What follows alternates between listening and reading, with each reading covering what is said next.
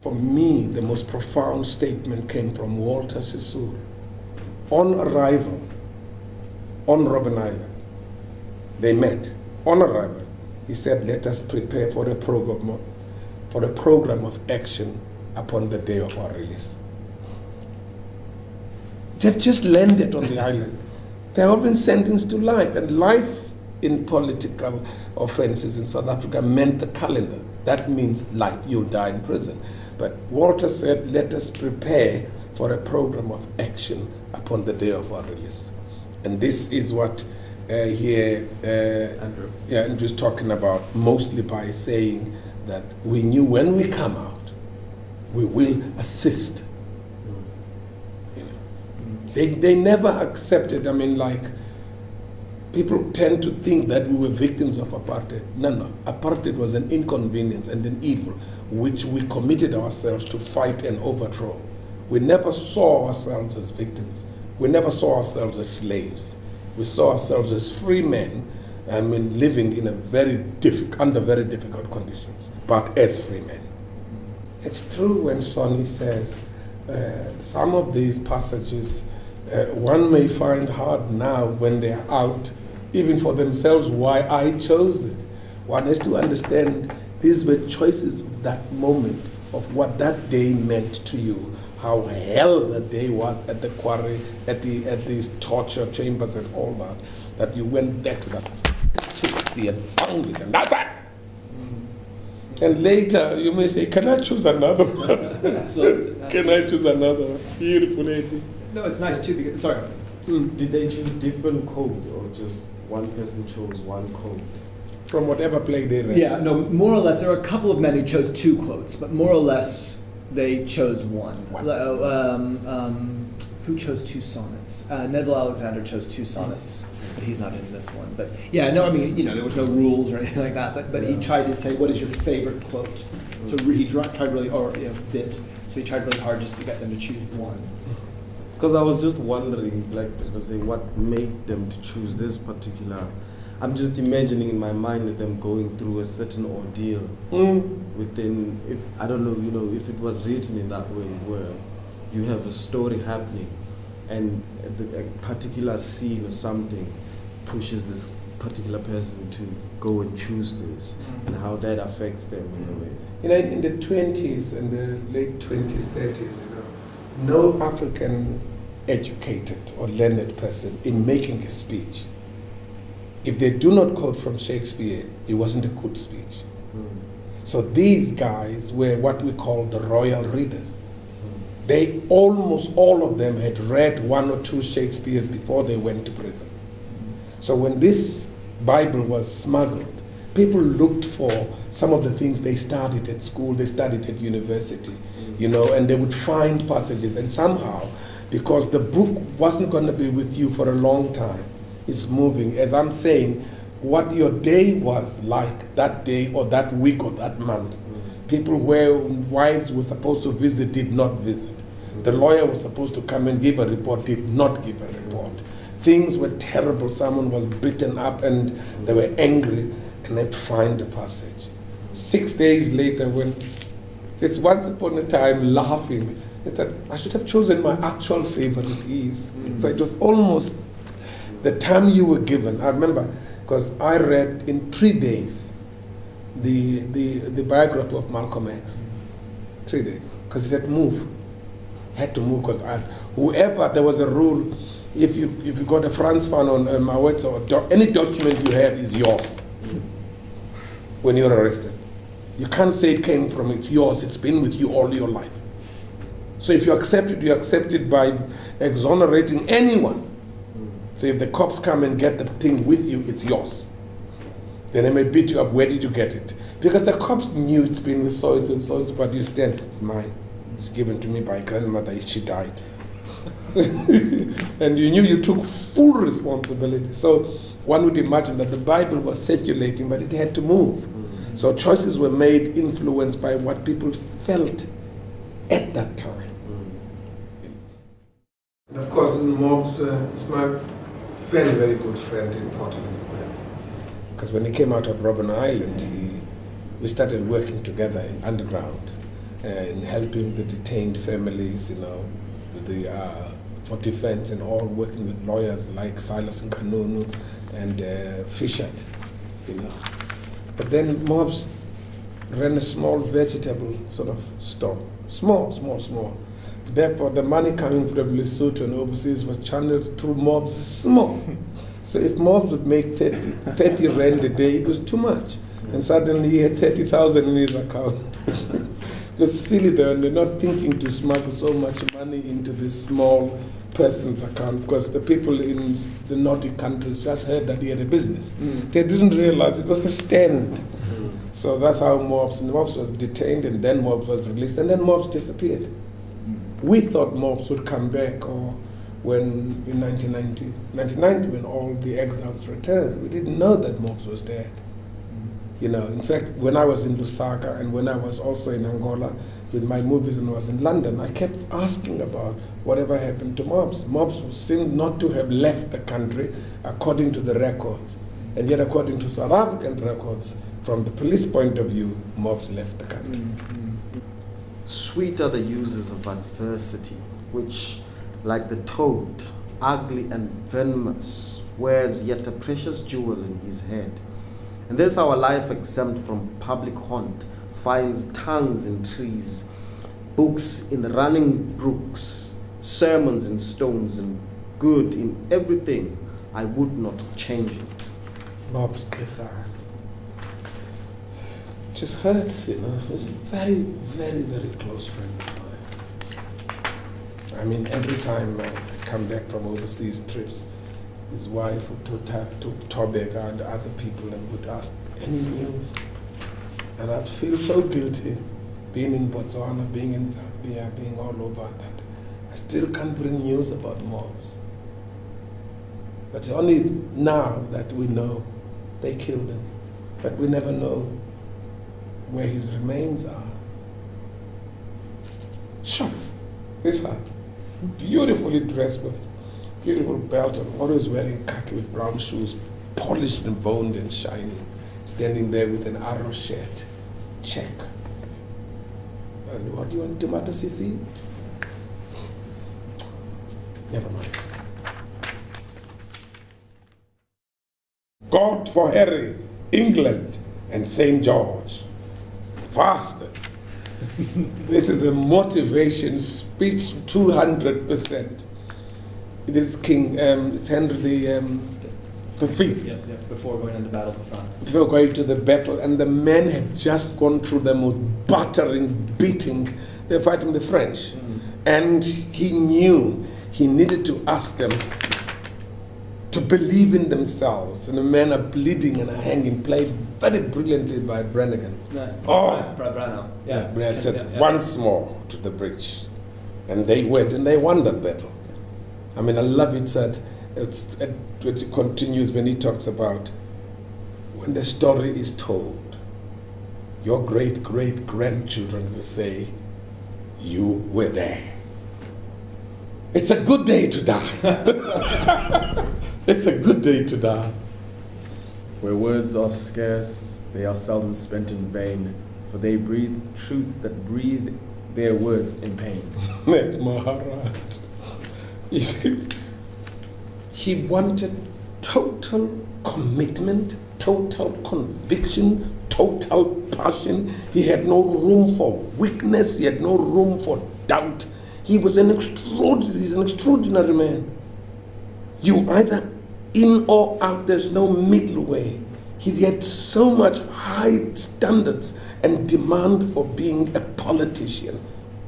The ultimate representative of truth is a man.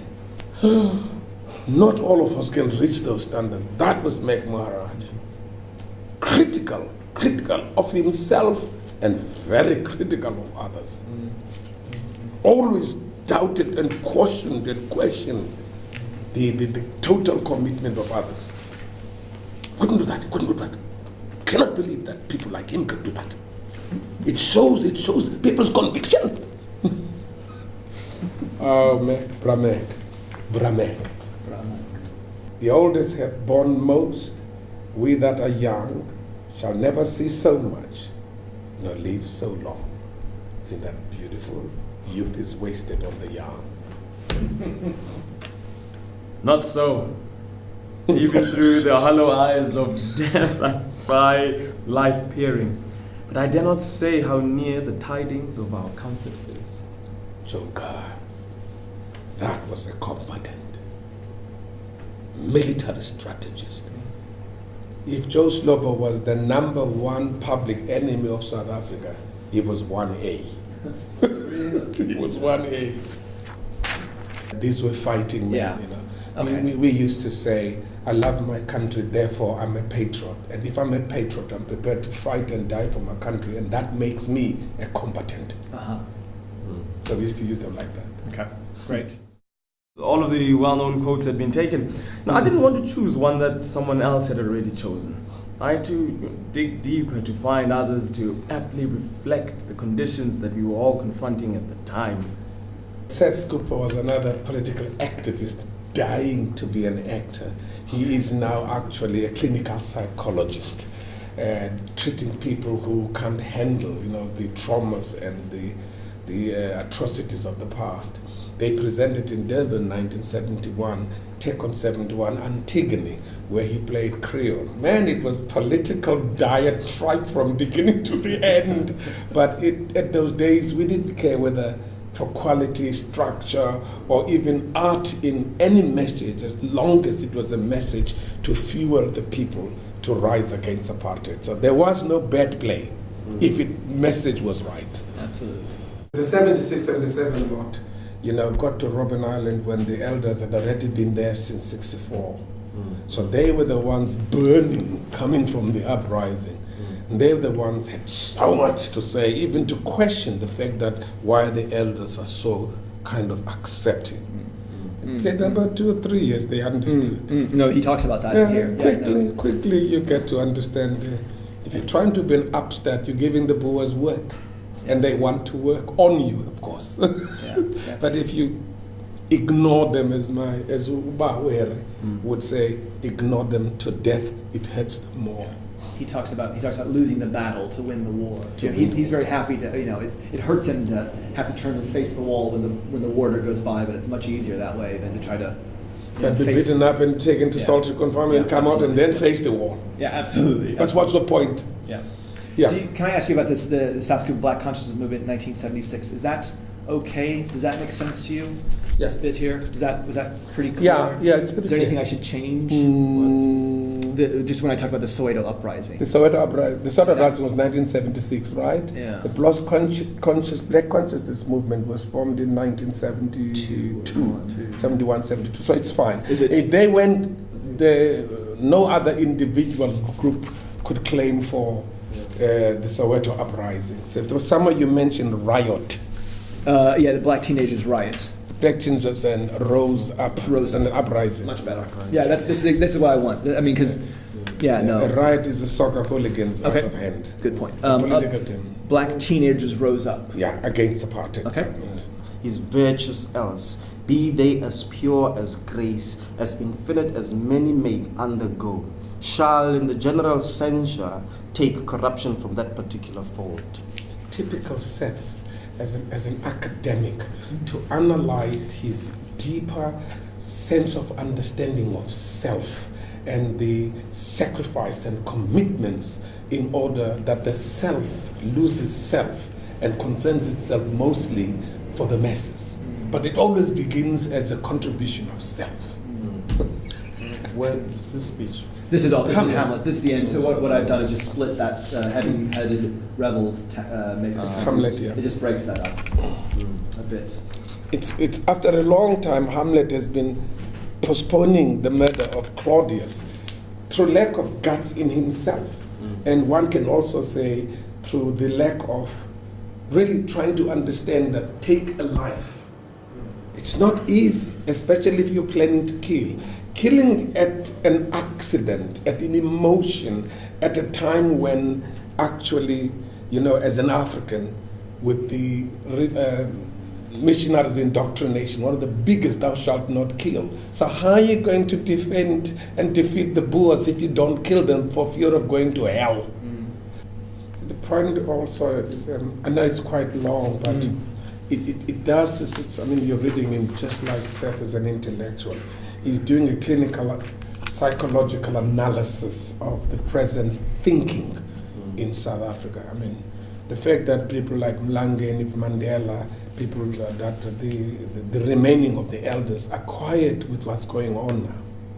He calls that a dereliction of duty, and in the leadership, that the legacy of leadership, that what are these people handing over? It's that you have to understand those were anointed and appointed leaders. We're now dealing with elected leaders. I mean, you lobby now to be head of that area. You lobby to be head of the Eastern Cape. You know, it doesn't come out of the people, and to identify leadership qualities in you, and we know that this is a leader. Now, anybody can be a leader, can be a CEO of your party, which means you're the president of the party. Theobald Jaitovo, he was the first president of the SWAPO, which was sent on Robben Island. It was during SWAPO's, Theobald Jaitovo's incarceration on Robben Island that Sam Nujoma, who was a younger person then, assumed the leadership of SWAPO. The same way that O.R. Tambo held the reins while Nelson and the others were in prison, but slightly different because O.R. was elected as president. They have a king and the officers of sorts, where some like magistrates correct at home, others like merchants venture trade abroad, others like soldiers armed in their stings make boot upon the summer's velvet buds, which pillage they with merry march bring home to the tent royal of their emperor. As many fresh streams meet in one salt sea, as many lines close in the dial center, so many 1,000 action once afoot, end in one purpose, and be well born without defeat. Bengu, teacher, academic, educationist. It's the accepting of that there would be other strands of the struggle within the black nation in South Africa that may not necessarily be part of your movement and your ideology, but for as long as that the commonality and the common denominator in all of them is to liberate the people of South Africa. We have to be tolerant in those. That's when, this is for instance in response to the fight against Azapo and UDF, where many people were killed and the necklacing began. It was fighting for political territory. People were beginning to zone the country. This is a no-go for the others. This is a no-go for the others. So he was saying, all of us, bound by the passion for freedom, following the noble cause of liberation, should know that the common denominator is to liberate our people and our country. Even we may disagree as to how to do it, or which route to take. And Robben Island was a microcosm of that. Of course. Because they had all the different political parties represented in there. And there was, especially after 76, there was violence within Robben Island itself. And the introduction of people like Seth Cooper, who were neither PAC nor ANC, they were actually a new movement which came up during the Biko time. So there was a new kind of Azap or Pan-Africanist and black consciousness influx into Robben Island, which they needed to deal with and to establish the overall authority lay with the ANC, irrespective of which other, because otherwise there would be little pockets. There would be head of the ANC, head of the PAC, head of Azapo, head of BC, head of UDF. So the elders had to establish the hierarchy on arrival of these young people. Here, the head is ANC. The body is all the movement. So you're part of the head, and not one of these parts of this body are more important than the other one. For as long as all the others recognize that the head, where the brains are, where decisions are made, is in Block B. That's where the sector where Mandela was, Block B. Okay. Cowards may die many times before their deaths. The valiant never taste of death but once. Of all the wonders that I yet have heard, it seemed to me most strange that men should fear seeing that death and the necessary end will come when it will come. Adiwa. I'm glad that, I mean, in the manner in which we have structured this program, that was not the first one. He was such a generous man. He is such a generous man in spirit and full of humanity. The struggle is not about him, and has never been about him. It has always been a people's struggle. This is one man I can listen to talk for days without using the personal pronoun. He never said I. He always says, when we were in Lusaka, when we were there, when the ANC, when the movement, when the people. He never takes any credit credit, but takes responsibility as a movement. And I think some today's leaders could learn that plurality in the acknowledgement of others within the struggle. Is incredibly gracious, man. It's almost like the birth of the alliance between the workers, the socialists, the communists, and the ANC. So the ANC is seen as mostly like nationalist, because ANC sort of incorporated all the people of South Africa, you know. And yet the workers were dealing with socialists and capitalists. And there were no black capitalists, of course. Yeah. Some are born great, some achieve greatness, and some have greatness thrust upon them. Wilton Mkwai, he went to prison just before he got married to his wonderful, beautiful lady.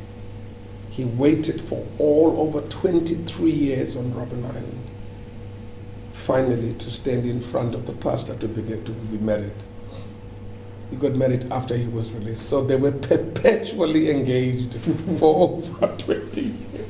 But then, do you think then she would not have been able to visit him if they weren't? They did the visit. They were allowed to visit? Once a month, once in 3 months. The visit was so irregular. Yeah. They were not meant to make the prisoner comfortable.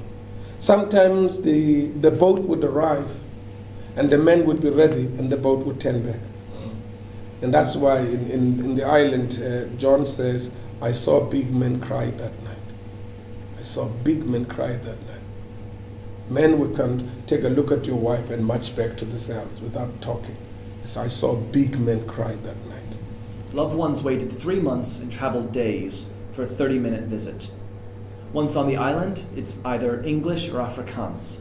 They can't even speak their own language. If the guard decides he hears one of them speaking about politics, the visit is quickly brought to a halt and the visitor is forced to leave. Michael Donati. Is that all right? Does that sound? Again, it's something I wrote, so I'd be very happy. Yeah, what you're not telling us, travel to where, it's almost like a description of traveling, generally across South Africa. So then should I say to Cape Town? No, to Robben Island. To Robben, dangerous conditions to Robben Island or something. Yeah, to Robben Island, Okay. yes. Great. And I mean, the what was that fucking boat called? It was a drone. And people had never been, I mean, many Africans have never been in a boat. Never been in a boat. I mean, if they just watch white people go up and down in boats, they've never been. So when I first visited to Robben Island, they vomited from the first time the fucking thing left and back. And of course that the driver also made it the most uncomfortable journey by not choosing a way, by just ramming the waves. I remember when I first visited Robben Island, and some of the elderly people were telling us, this is a smooth ride in Ghana. They chose the day, you know. Or sometimes the wife would arrive in Cape Town and they say, we can't go out today. And she had to go back and find relatives at township and then come the following day. It's almost like they waited for a day, which was terrible, to discourage the wives to think about another visit, because it was a hell visit. They would really bounce the boat, drive it fast, deliberately. And yet when we were going to Robben Island, Mandela went on a helicopter, we were in the boat. It really chose the nice areas, you know. The Makanaya, very nice. It was a very nice journey, but still people were going, and you were all forced to be underneath, sit down on those chairs. And yet it's much better, almost like if you're out there with the wind in your face, you're almost like riding, you know, wave, you are aware that, okay, you should use your knees and your body is shock absorber. But when you're underneath there, you don't see anything. All you know is God, it was terrible, right? When was the first time you were on Robben Island to visit? 1993. Yeah. Robben Mbeki chooses Orsino's speech from Twelfth Night.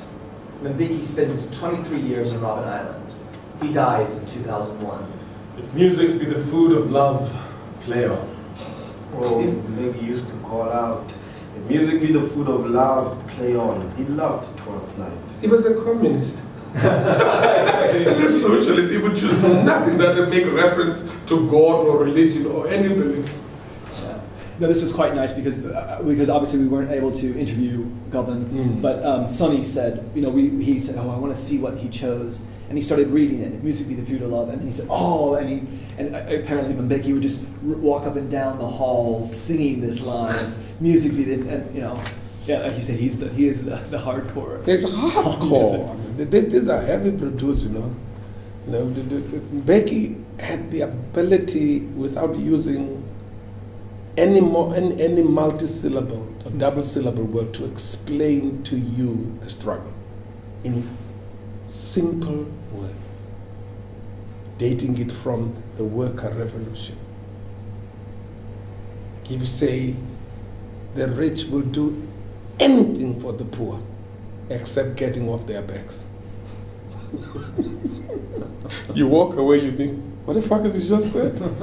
The rich will do anything for the poor except getting off their backs. That's Karl Marx, incidentally. So full of shapes is fancy that it alone is high fantastical. We were being honored in Port Elizabeth for our contribution in the Eastern Cape, and I was part of the people being honored that night. So now we had a problem because also Thabo Mbeki was being honored. So the question was, who do we honor first? Do we honor the president, or since it's Mbeki's son, or do we honor Govan Mbeki first? And Govan came, we were still not solving it. Govan said, okay, I'll take my present first, my award first, and then I'll call my son, who incidentally happens to be my boss. Happens to be the boss. Happens to be the boss, yeah. Sure. That's right. This is great, yeah. Costly thy habit as thy purse can buy, but not express in fancy, rich nor gaudy, for the apparel oft proclaims the man. I loved it. He's wearing khaki pants and khaki shirt, and he talks about he was quite conscious. This is Michael.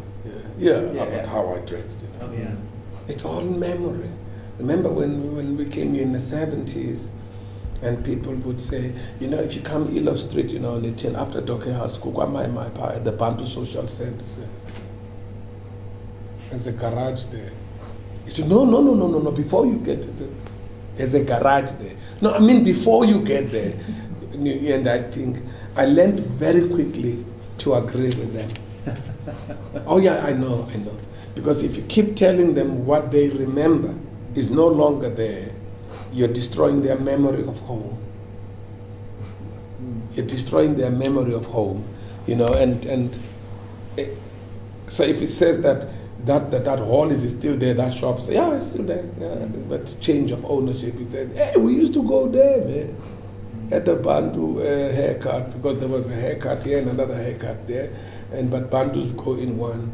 And that old man, like Equal Street, near Diagonal, he still kept the sign, Bantu haircut. He still kept the sign. So it's so nice when I realize if I keep telling them that's no longer there, it hurts. Yeah. So I would agree with them, it's still there.